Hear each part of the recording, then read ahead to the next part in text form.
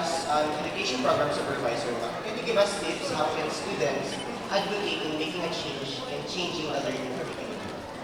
Okay, so learning curriculum kasi it encompasses marami siyang dinodaanan. So kayo, no, our dear learners, since you belong in what we call higher ability grouping. Kayo yung mga learners natin na talagang sabihin natin nakaaangat when it comes to sa intelligence. Okay?